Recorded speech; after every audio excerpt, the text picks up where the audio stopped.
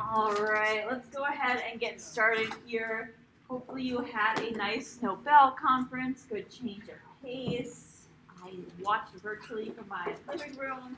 It was really a good change of pace for me. Some cool speakers, some really interesting speakers there. So we're going to start moving into the content for our next unit, right? I did grade your exams for Unit 1. Your scores are on Moodle. I will hand them back on Monday.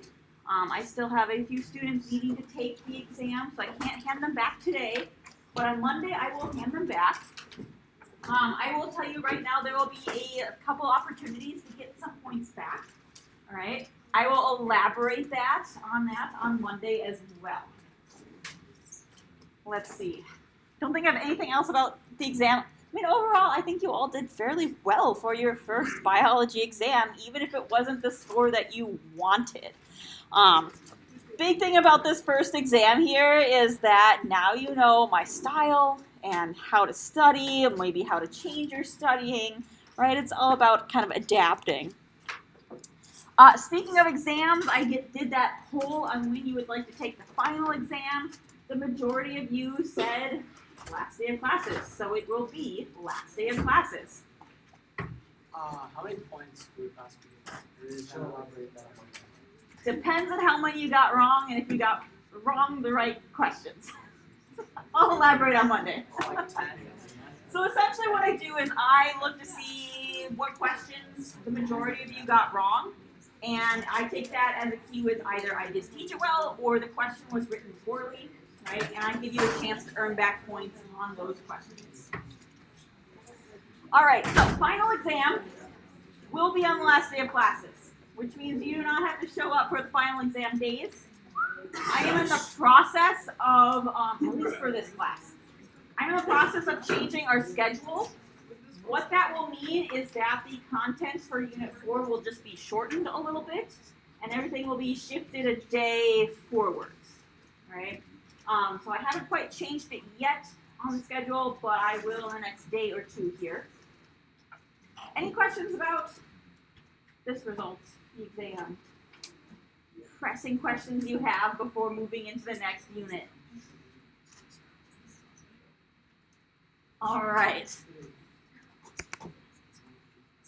So we are starting content for Unit 2.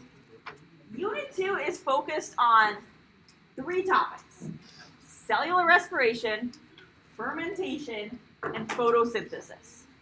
Right? It's only 3 topics, but there's a lot of steps in each of these processes. All right? So it might be beneficial for you, it might not be beneficial for you. I like this unit because I can study better when I think in terms of processes rather than isolated biological terms.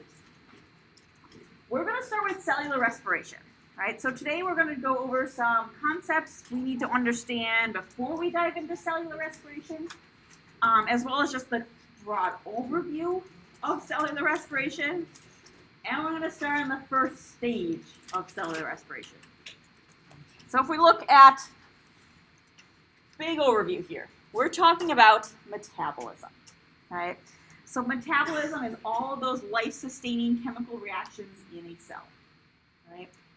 A whole host of reactions, a lot of reactions. We look at this diagram. I like this diagram because it shows you just how complex it can become, right? Big picture here is that we are converting food energy, so what we're ingesting, into cellular energy, right? Energy like ATP. And it's a multi-step process. It's not straightforward. It's not you eat food, you get energy. There's a lot of steps in between. And again, I like this image because they even color coordinated it to what types of molecules you might be ingesting. Like carbohydrate metabolism is different than lipid metabolism, is different from amino acid metabolism, right? So, whole host of chemical pathways. We're just going to brush the surface. We're just going to focus on glucose, which is part of the carbohydrate metabolism here.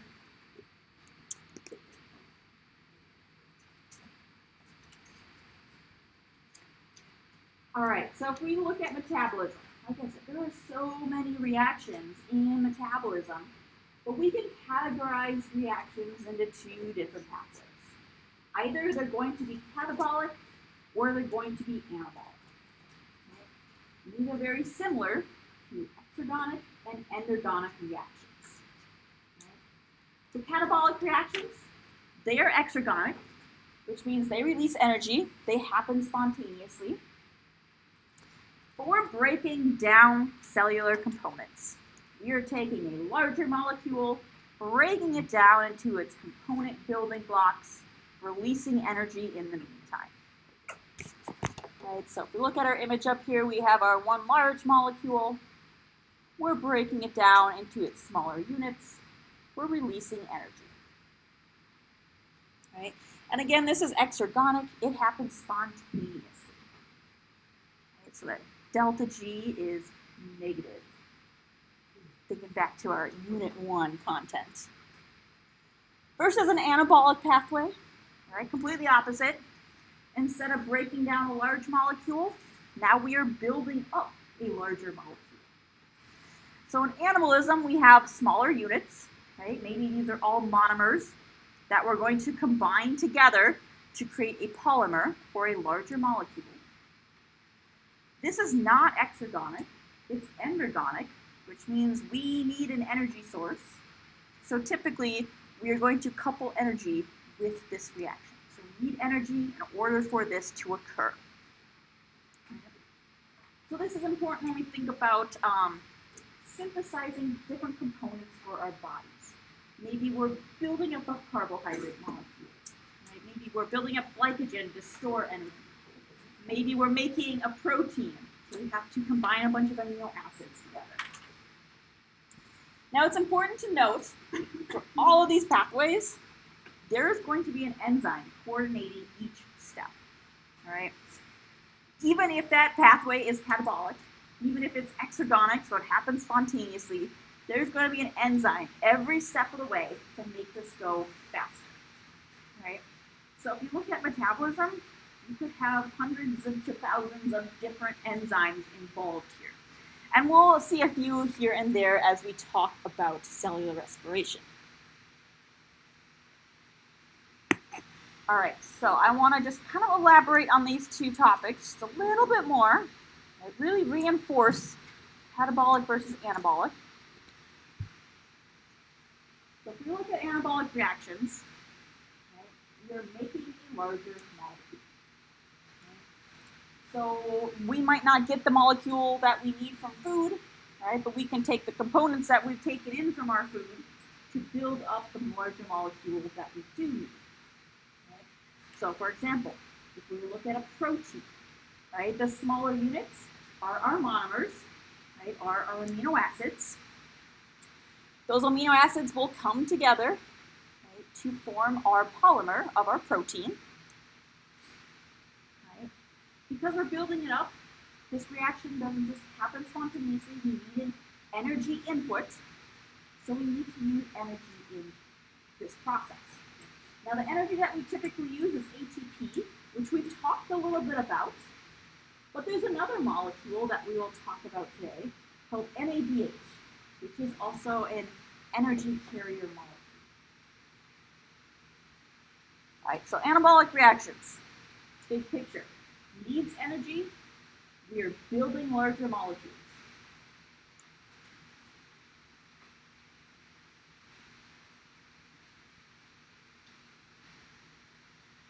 All right, so the opposite of that would be our catabolic reactions, right? So in this case, we're breaking down molecules. Maybe we ate a potato or something, right? Something really starchy. We've ingested some starches. We need to break that starch down into its component parts. Okay? And the component part of a starch is sugar molecules. Once we've broken it down into its smaller units, those smaller units can then be used elsewhere. I like this image because it kind of shows you different pathways that this can occur. So we might intake our food. Let's say that's a complex carbohydrate here, right? So like a starch. That starch can be broken down into glucose. Right?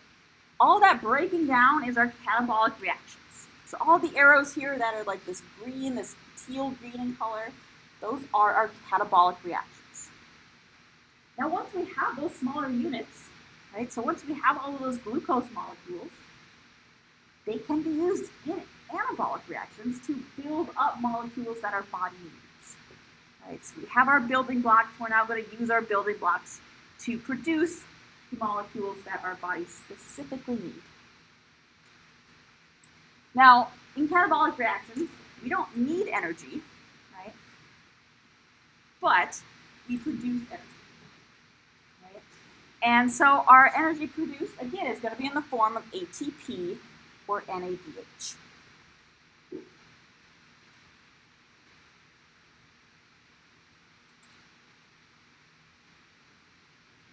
A lot of different pathways again, depending on the type of food that we are ingesting. Now I have one more image on the slide related to, or the next slide, related to catabolic and anabolic reactions that really simplifies things. So we're taking in food, we're breaking it down, we're using those components that we have broken down to build up other molecules. The slide is just really simple. Shows you a broad overview here, not too many complexities. See, when we break them down, we're releasing energy. When we're building up larger molecules, we're using that energy. Right? So they all kind of interplay with one another.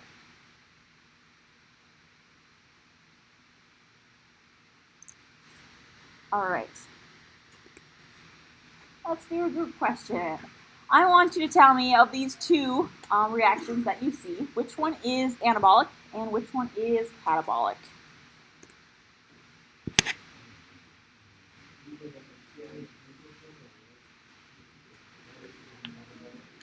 Yeah?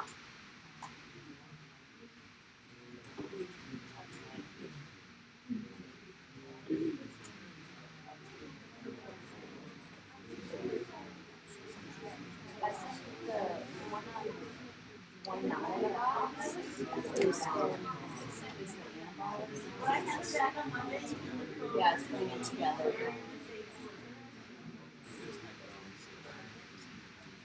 Yeah.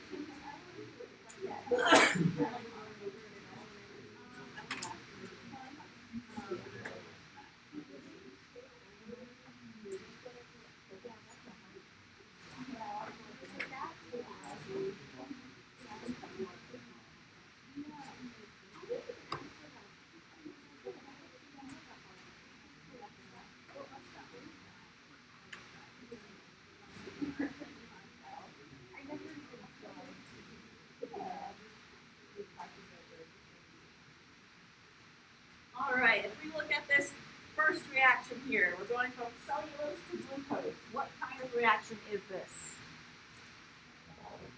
It is catabolic, yes. Oh, I forgot my clicker's not working because I had to charge my computer.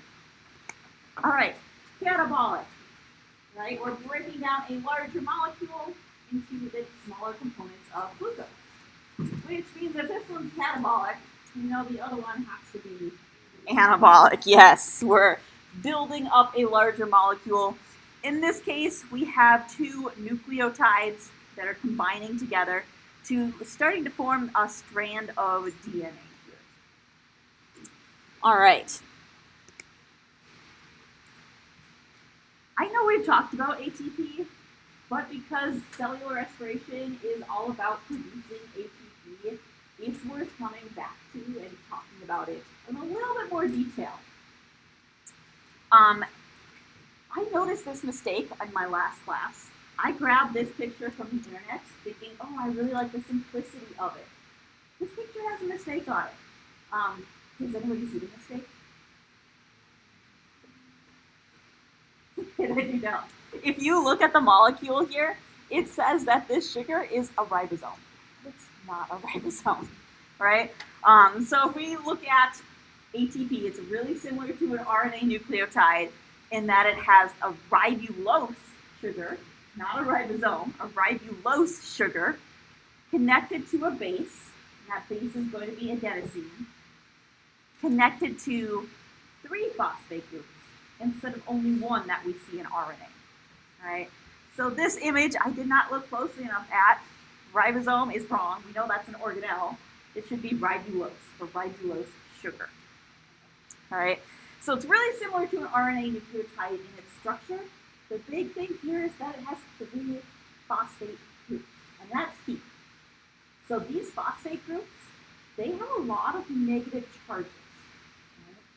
And we're trying to force 3 of these together. And in fact, we have forced 3 of these together. They are bonded together in this triphosphate part of our ATP. Okay? And we know like charges repel each other. And we have now forced these like charges to bond really close to each other. What that means is that those bonds have a lot of potential energy. Those phosphate groups naturally want to repel each other. Right? So we have a lot of potential energy in those bonds. When those bonds are broken, we release that energy. And that is the energy that we actually use to power a lot of our cellular functions. Right?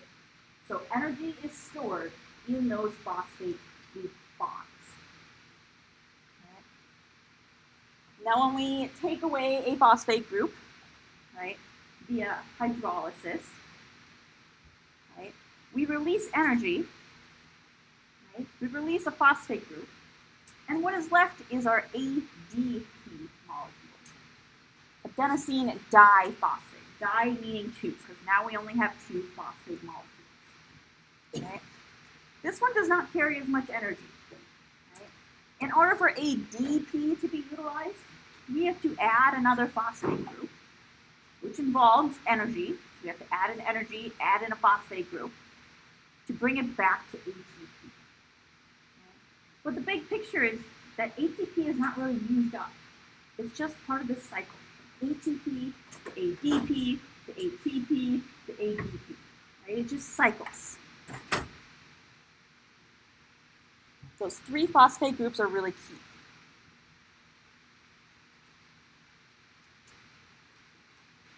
All right, so we have ATP, but we also have NADH. NADH is also a molecule produced in cellular respiration that carries energy.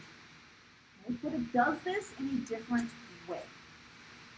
So in ATP, that energy is held in those bonds between the phosphate groups. In NADH, this molecule carries energy. It carries energy in the form of electrons and protons. Right? So it's not bound in a bond, but rather it's energy in the form of it being able to carry electrons and protons. Right? So we would call it an energy intermediate, in that it can accept electrons and protons removed from other molecules. So NADH is our one on our right-hand side here. Right? If we look at it carrying these electrons, carrying these protons, we see that show up on the top of our molecule.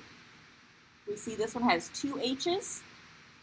It has a ring of carbon with only 2 double bonds, and it has a nitrogen with no charge. Right? So this one is currently carrying energy. When NADH releases that energy, releases the protons, releases the electrons, it turns into NAD+. Right? And again, the change here occurs where we only now have one hydrogen. Instead of 2 double bonds, we have 3 double bonds in this ring of carbon. And our nitrogen has a positive charge, right? But the molecular structure, that is what is physically changing between NAD plus and NADH. Now, this molecule is useful in that it carries the energy in the form of electrons and protons, and then can donate that energy in the form of electrons and protons. Now, NADH is one of those that I feel like you probably haven't heard about as much. A lot of the focus is typically on ATP. So I just want to have it reiterated to you. Right. So the next slide here is just a review. I want you to review how do each of these molecules provide energy, right? And then think back to our last unit. What organelle is going to play an important role in cellular respiration, which is the topic we're heading into?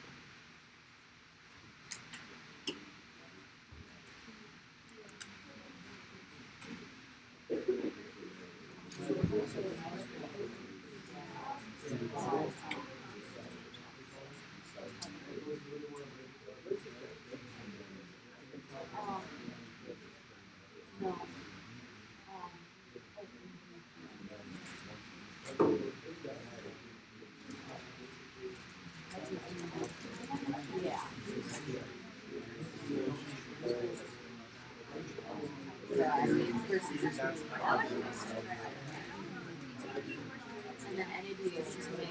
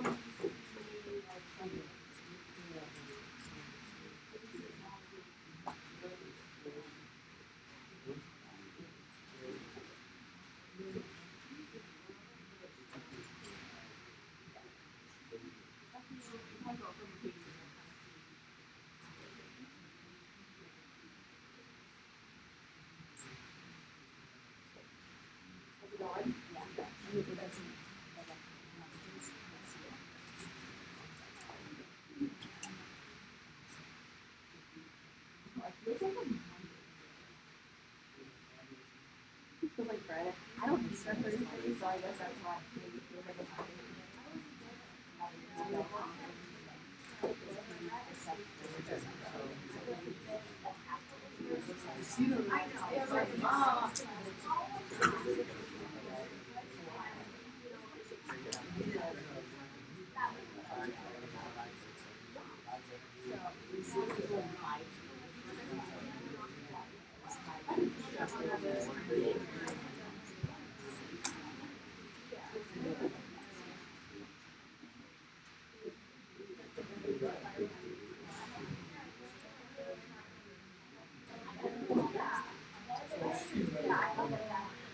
All right.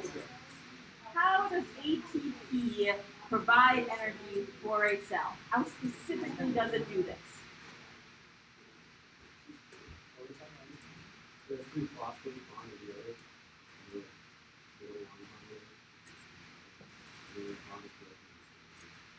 Yeah, it's all held in the bonds between our phosphate groups, right? So we're holding that energy in our bonds.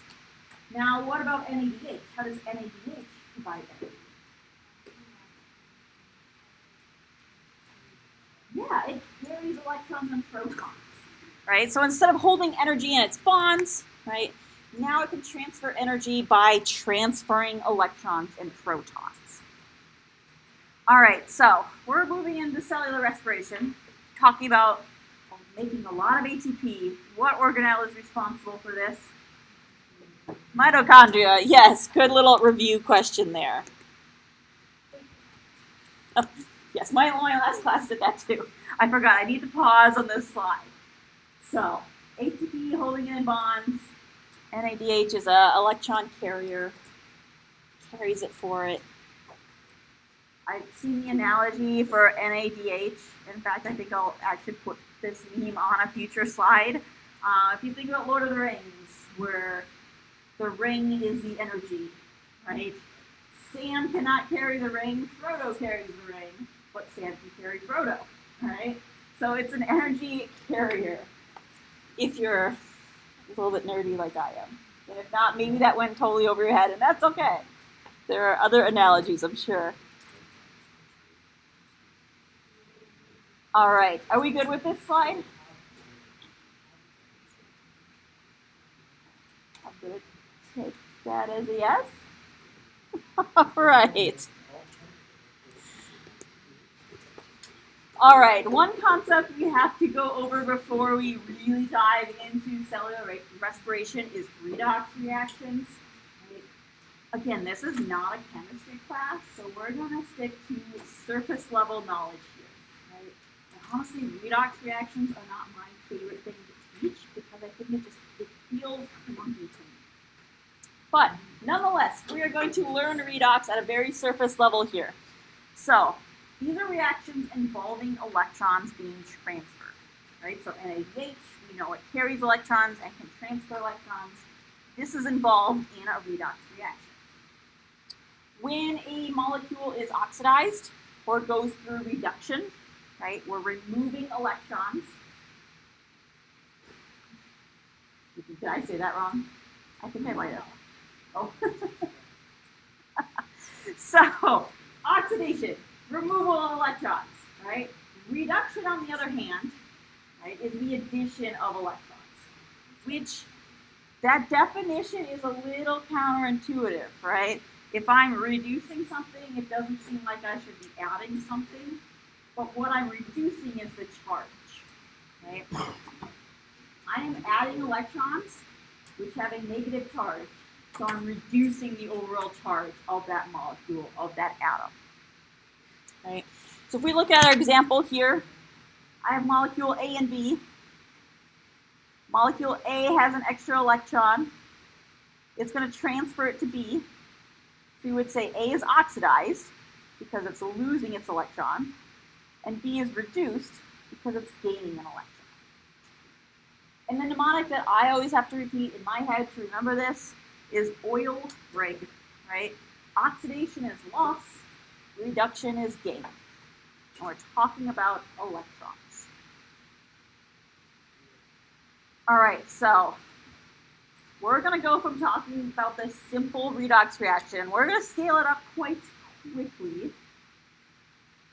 So my next slide here, we're going to talk about the overall equation of cellular respiration. All right, so in cellular respiration, we're taking a glucose molecule and an oxygen molecule, and we're turning it into CO2, water, and ATP. Right. Now, if we're just focusing on redox reactions, right, often hydrogen ions are going to accompany those electrons. Right. So if we look at glucose, glucose is losing hydrogen to become carbon dioxide. So you can say glucose is being oxidized, versus oxygen, on the other hand, is going to gain some of those hydrogen ions to become water. So this would be reduced.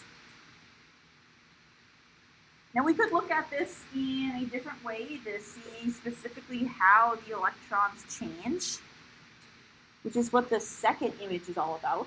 Same reaction, just a different way of looking at it.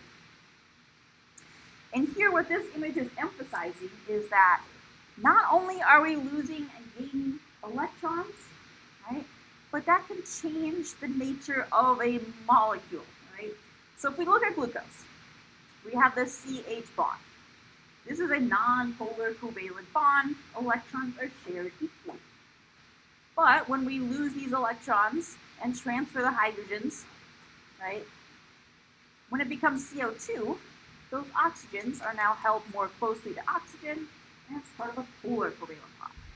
So these electronegativities can change as well, right? But I want you to really focus on big picture here, right? I want you to look at the removal and the acceptance of electrons to know which is being reduced, which is being oxidized. And I think the best way to do this is to practice, right? I thought I had my practice slide next, I don't. I also put in the slide of NADH. Not that I would expect you to know this specifically, right? What I want you to know about NADH is it's a carrier electron. But if you're curious to see specifically how it carries it, we look at this nicotinamide, I always have trouble saying this word, molecule, part of the molecule up here, right? And it can be reduced and oxidized back and forth, and it's all about those 2 electrons, those 2 hydrogens. All right, now let's practice. So I want you to look at this equation and try to figure out which of the reactants, right, so first part of the equation, is being reduced and which are being oxidized. Give it some thoughts, and then we will go over this together.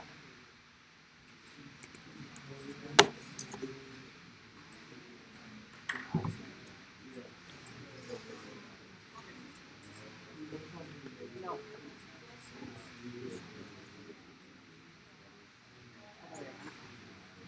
Because oxidation is loss. CR and the plus 2, or the 2 plus charge, and then S and lost, or 2 plus charge. So it's like CR is being reduced, and then S is being oxidized.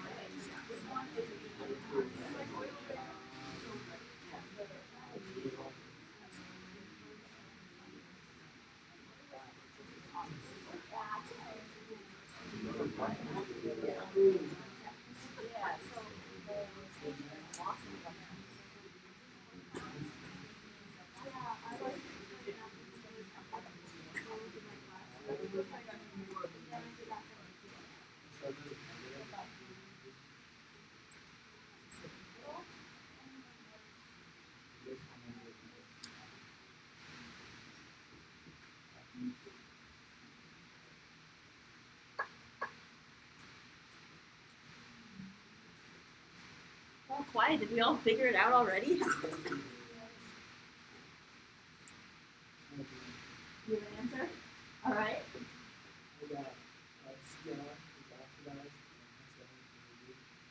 Yeah, that's exactly right. Right. So Cr, I believe it stands for chromium, is oxidized. Sn, I can't think of the atomic label for that one off the top of my head. But that one is being oxidized. Let's look at Y. Is it tin? Oh, it's tin. Something I would not have thought of off the top of my head. So let's break this down for those of you that might be struggling, and I will make this part of the slide available after class. If we look at our chromium here, it's already an ion because it has a positive charge. It has a positive charge, so it means it's already lost an electron. There's one more proton than there is negatively charged electron. We're going to this 3 plus ion, which means we're losing even more electrons, right? So now we have 3 more positively charged protons than we have electrons, which makes it an overall positively charged atom, right? So we have lost more electrons. Opposite is true for tin, right? So we're starting with an ion that has 4 fewer electrons than protons, right? Which makes it overall a positively charged, and that positive charge is going to be a 4 plus. And it's going to a 2 plus ion, right? Which means it's gained 2 electrons, right? Now it only has 2 more protons than electrons, rather than the 4 more protons than electrons. So it's gained some electrons back, right? increasing that charge a little bit. There we go. Any questions on how this is done? Again, we're really sticking to basics, not chemistry class. We're not trying to make equations, equalize, and all that fun stuff. All right. I'm going to make that part available afterwards, so you don't have to write down everything. So let's go on to metabolism again. So we have all of these pathways. A lot of different redox reactions, a lot of anabolic, a lot of catabolic reactions.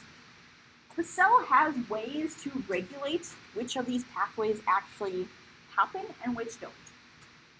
Right? One way is by simply turning genes on or off. Right? So this would be taking DNA, transcribing it, translating it to a protein. Right? And the cell can control whether or not a portion of that DNA is actually turned into a protein. Right? We'll get more into the nitty-gritty details of that in, I believe it's the next unit. Another way that it can regulate whether these pathways will happen or not is just simply cells communicating with one another. So cell signaling. Right? So one cell signaling that maybe it needs more of a molecule, or maybe it has too much of a molecule. The one that I'm going to elaborate on is this biochemical regulation. And this is where we have feedback inhibition. So if we have a pathway, right, maybe there's multiple steps, multiple enzymes involved, it produces a final product. When that final product accumulates to a point where we no longer need it, it's that final product that will inhibit the production in the first step of the pathway and kind of inhibit itself from being made. All right, my next slide is going to have a visual that'll help you understand this a little bit better. All right, so genes can be turned on or off. Cells can talk to one another. Or we have feedback inhibition, where the final product kind of regulates itself.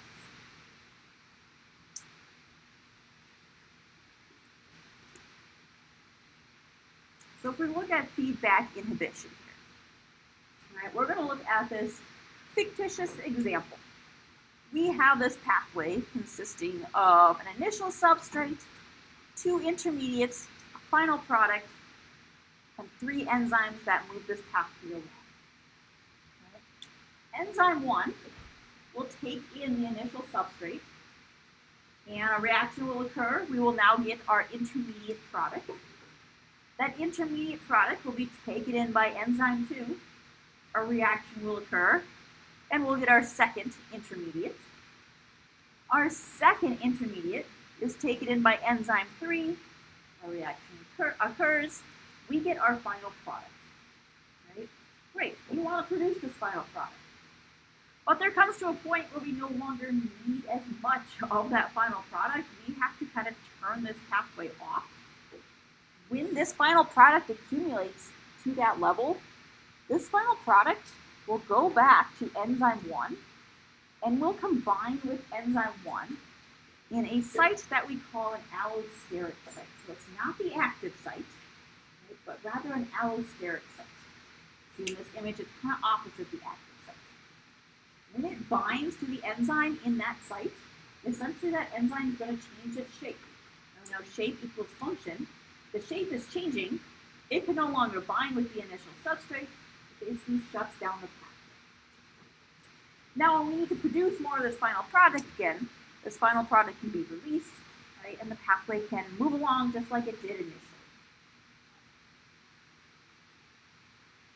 There are many, many examples of this in our human body, right? Because as humans, we need to regulate so many different substances and processes. So I've designed this next slide just for you to kind of think about what you've learned so far. Ask me questions if you need to, and then answer this very easy question: what do we need to regulate in our bodies? Right? There are so many answers we could have for this.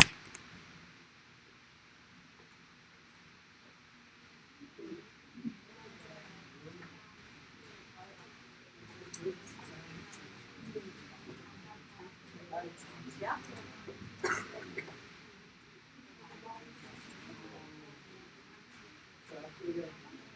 This even amount of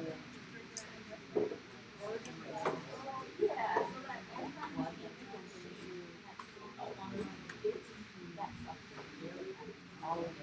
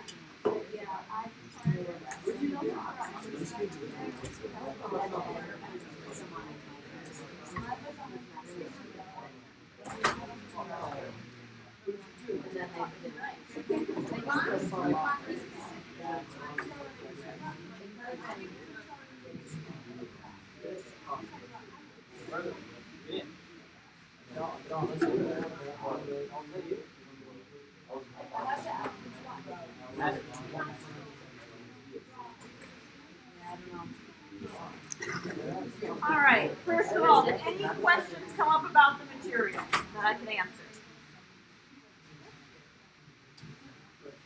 All right. We're all pros already. I like it. So, what are some processes or substances that we need to regulate in our human body? Blood sugar, oxygen, temperature, water, salt, so many different things. I don't know about milk. Did you say milk? Oh, alcohol. I mean, your body has to regulate that too, right? Now, liver plays a huge role. So, we're regulating all of these different things, and a lot of times regulation will come in the form of feedback inhibition, and other times there's other ways the body can manage this. All right, well now let's dive into cellular respiration. Right? So the overview of cellular respiration is it's the process by which living cells obtain energy from organic molecules.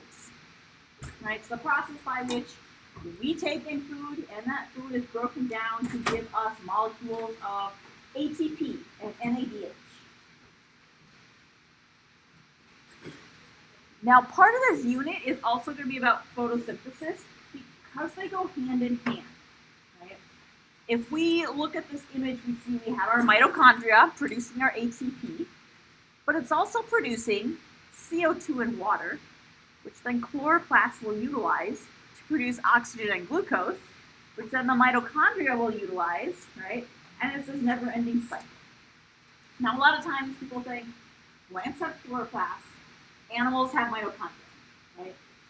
But plants also have mitochondria, right? There are parts of the plants that don't photosynthesize that need to use cellular respiration as well. but it's often overshadowed by the fact that plants can photosynthesize. All right, so cellular respiration, we're obtaining energy. Okay. Our primary goal is to make ATP and NADH.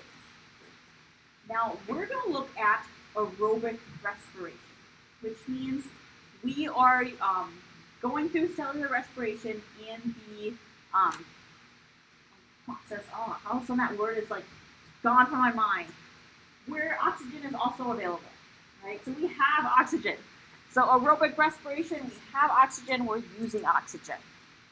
Right? We're consuming oxygen, and we'll see when we talk about the steps here, we'll eventually produce CO2 that will be released. Now this is a nice diagram of all the steps, and we're going to go through these steps, and we see that glycolysis is this first step. Now, glycolysis can also be anaerobic, which means no oxygen. Okay? So glycolysis can happen if there's oxygen and if there's not any oxygen. If there's no oxygen, it's going to produce 2 ATP, and that's the end of the process. Okay? If there is oxygen, it's going to continue in on the pathway and will eventually produce around 36 ATP. So much more ATP is produced in the presence of oxygen. As we talk about cellular respiration, we are going to talk about it in terms of glucose, right? Because it's the most common example. You see it very often, right? Other types of molecules will go through cellular respiration in slightly different variations. We're going to look at the glucose molecule. All right. So our cellular respiration, first step is glycolysis. There's actually 3 more steps afterwards that we will get to on Monday. Right? So first is glycolysis. The next step is called the breakdown of pyruvate. Then we have the citric acid cycle. Then we have oxidative phosphorylation. If we were to take these 4 pathways and generalize it into one equation, you would get glucose plus oxygen yields carbon dioxide and water. Okay, but there's many more steps in between to get to that. Now we're going to start by talking about glycolysis today. Okay, and then we'll come back to the other 3.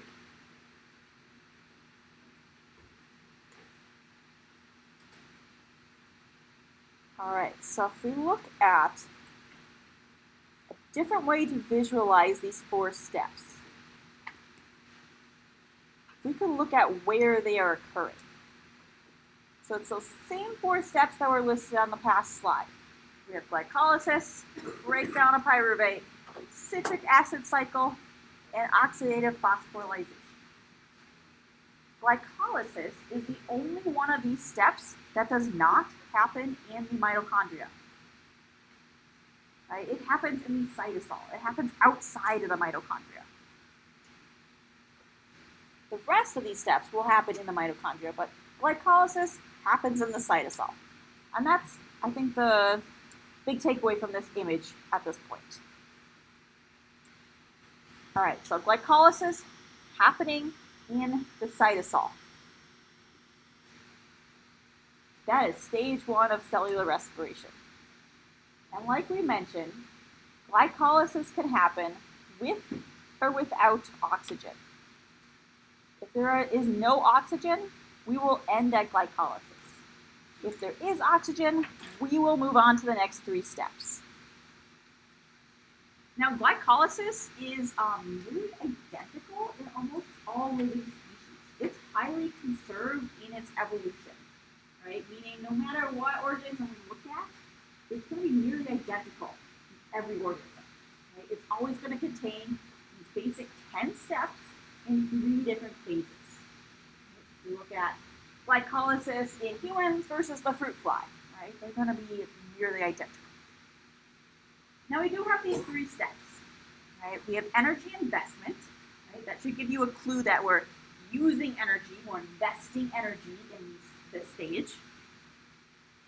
We have cleavage, which is where we're breaking apart, we're cleaving apart a molecule. And then we have energy liberation, right? Where we're liberating energy, we're releasing energy from molecules.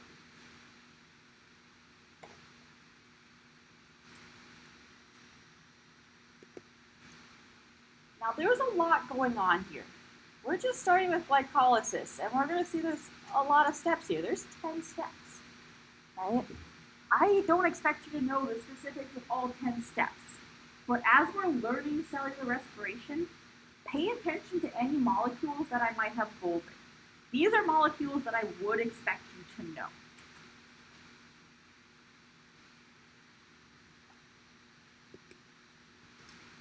All right, let's dive in. Stage 1, energy investment.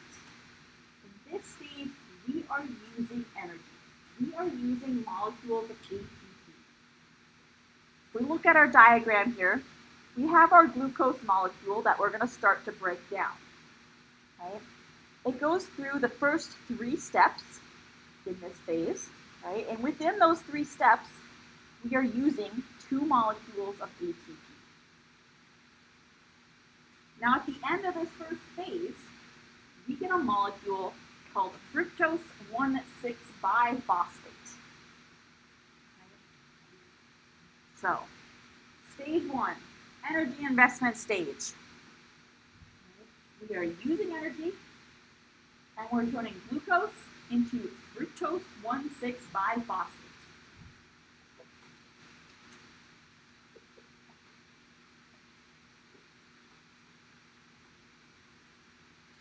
Now, if we look at fructose 1,6-biphosphate, we notice it has 6 carbons. As we go into our next stage here, right, into the cleavage stage, we are cleaving this molecule apart. Right? We're going from one 6-molecule or 6-carbon molecule into 2 3-carbon molecules. Right? So we have just created 2 molecules. And that molecule is called glyceraldehyde 3-phosphate. So from one glucose molecule, we get 1 molecule of fructose 1,6-biphosphate. Then we get 2 molecules of glyceraldehyde 3-phosphate. All right, so now we have 2 of these molecules, 2 glyceraldehyde 3-phosphate, that are going to continue on in this next phase.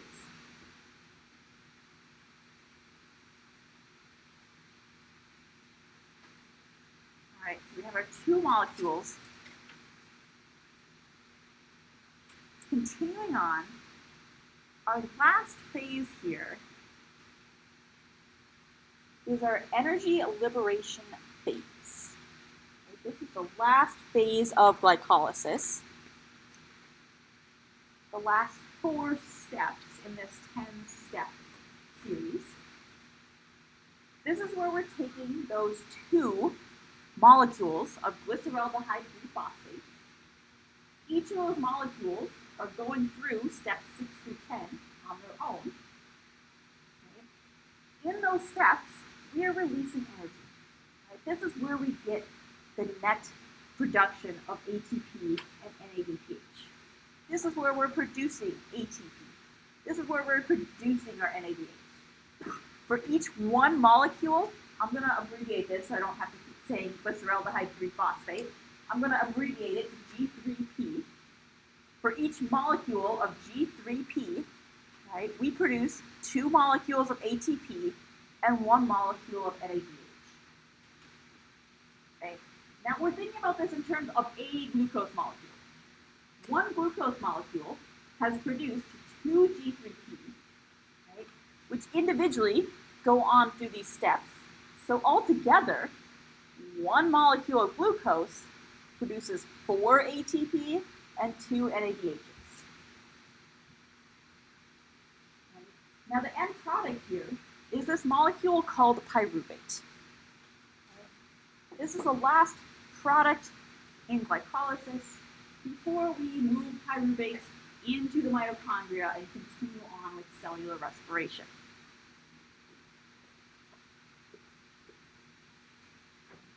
All right.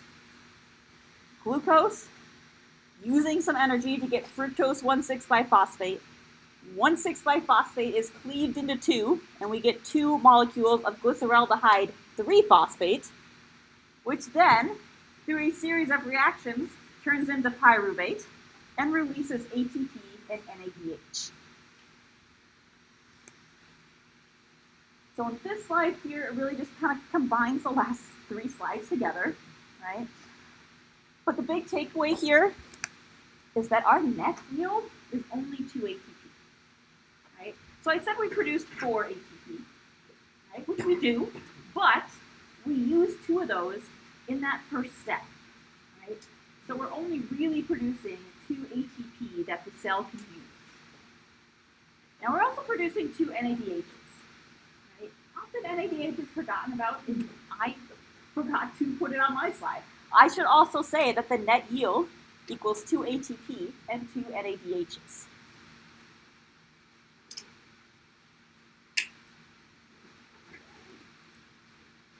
All right. We still have 5 minutes here. Let's answer this last question before we leave.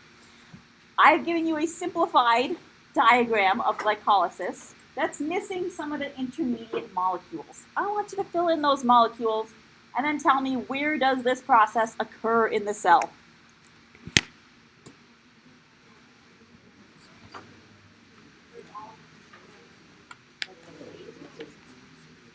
You can think of it as phases, but the molecules produced in each of the phases.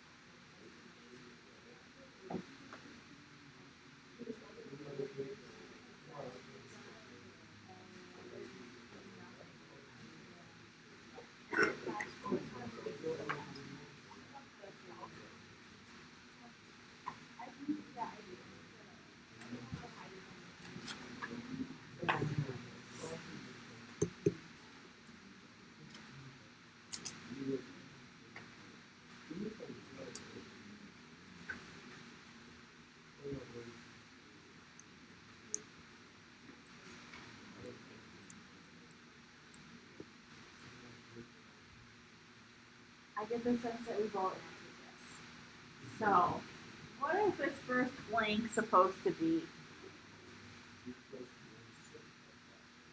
Yeah, fructose 1,6-biphosphate. All right, that fructose 1,6-biphosphate is going to become 2 molecules of this next blank, which is